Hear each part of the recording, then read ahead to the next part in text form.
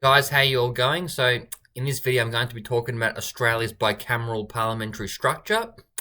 So, I'm going to be talking about what it means by the term bicameral, what is meant by the term bicameral, the role of the Governor-General, the role of the Senate and the House of Representatives, the difference between a majority and minority government. So, I'll take it away. So, remember, guys, at a federal level, the Queen Elizabeth II, is our head of state. She has been Australia's head of state since the 6th of February 1952. Now, in Australia, she's represented by the Governor-General. Okay, the Governor-General is our current Governor-General at present. And our current Governor-General is the Honourable David Hurley. He's been our Governor-General since the 1st of July 2019. And the Governor-General represents the Queen at a federal level. Now, the Governor-General does have other roles as well, which I'll talk about in a little while. But keep in mind, guys, in Australia, the Governor-General represents the Queen. Now, our upper house of federal parliament, so Commonwealth Parliament, is called the Senate. Okay, the Senate is our upper house of federal parliament. It's comprised of 76 seats, so 76 senators, and essentially there are 12 senators from each state and 2 from each territory. Okay, so we've got 6 states in Australia, 2 territories. Out of those 76 senators, there's 12 from each state and 2 from each territory. And the main role of the Senate is to scrutinise bills, to debate government policy, to scrutinise government policy, etc. And then below the Senate, so the Senate is the upper house of federal parliament. Our lower house of federal parliament is called the House of Representatives. So what is the role of the House of Representatives? Well, first of all, the House of Representatives is, lower house of federal parliament. It's comprised of 151 seats. And each of those seats actually represents a different electoral division throughout Australia. So, for example, the seat of Menzies, the seat of Cook, etc. Each of those 151 seats represents a different government electoral division in Australia. Now, also keep in mind, guys, the House of Representatives is where bills usually get formed. So bills are proposals for new law. So essentially, a bill most often generally gets proposed in the House of Representatives. And if a majority of members of Parliament vote yes to the bill in the House of Representatives, it then progresses to the Senate. And if a majority of members in the Senate vote yes to the bill in the Senate, it's then the role of the Governor-General to give the bill royal assent. Once the Governor-General gives the bill royal assent, it becomes an act of Parliament, so legislation, essentially. But for a bill to be successful, it's got to get a yes vote. It's got to get a majority yes vote in both the House of Representatives and the Senate. And if it does, it's the role of the Governor-General to give that bill royal assent. Now, also keep in mind, guys, in the House of Representatives, the political party that has the most seats in that house forms the government of Australia. So at present, so basically there's 151 seats in the House of Representatives.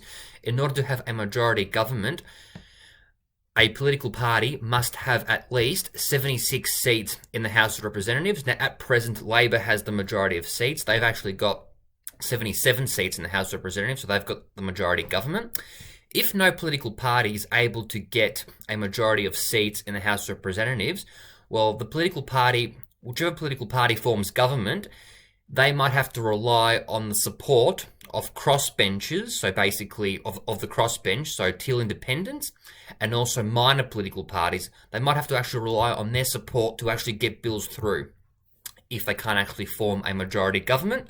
If they form a minority government, they might require support from the crossbench and also minor parties to actually get bills through.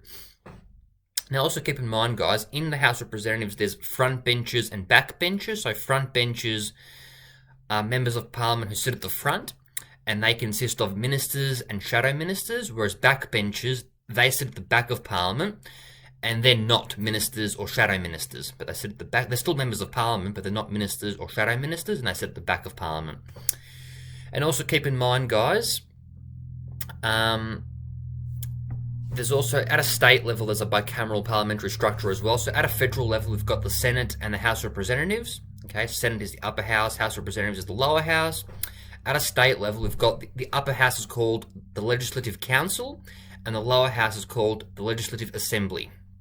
Now, at a state level, the Queen is actually represented by the Governor. So the Governor represents the Queen at a state level. In Victoria, for instance, the Queen is represented by Linda Dessau. She's been the Governor of Victoria since the 1st of July 2015, so 7 years.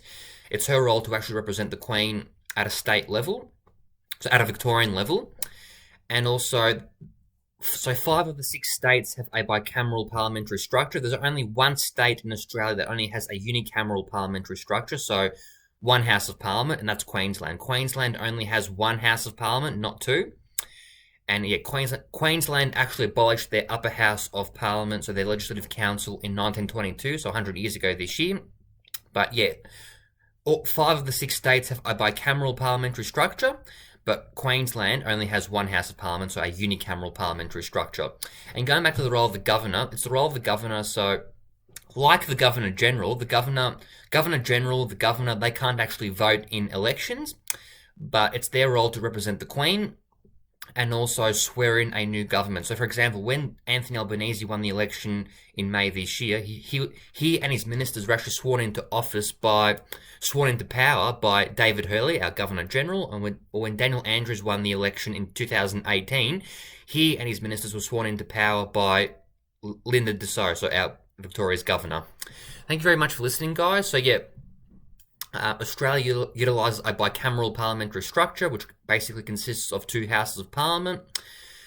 And it's also the role of government to actually represent the views of the people, so to be representative to the views of the people. And yeah, that's essentially about it. So thank you very much for listening, guys. So yeah, at a federal level, we've got the Queen, Governor-General, and then we've got the Senate, which is the upper house of federal Parliament, and the House of Representatives, which is the lower house of federal Parliament. And at a state level, again, we've got the Queen, the Governor, the Governor who represents the Queen at a state level. Then we've got the Legislative Council, and then we've got the Legislative Assembly after that. Thank you very much for listening, guys. And also at a state level as well, it's the role of the Governor. The role of the Governor to give royal assent to bills. At a federal level, it's the role of the Governor-General to give royal assent to bills that successfully pass through both houses. At a state level, it's the role of the Governor to give royal assent to bills which successfully pass through both houses. Thank you very much for listening, guys. Take care. Bye.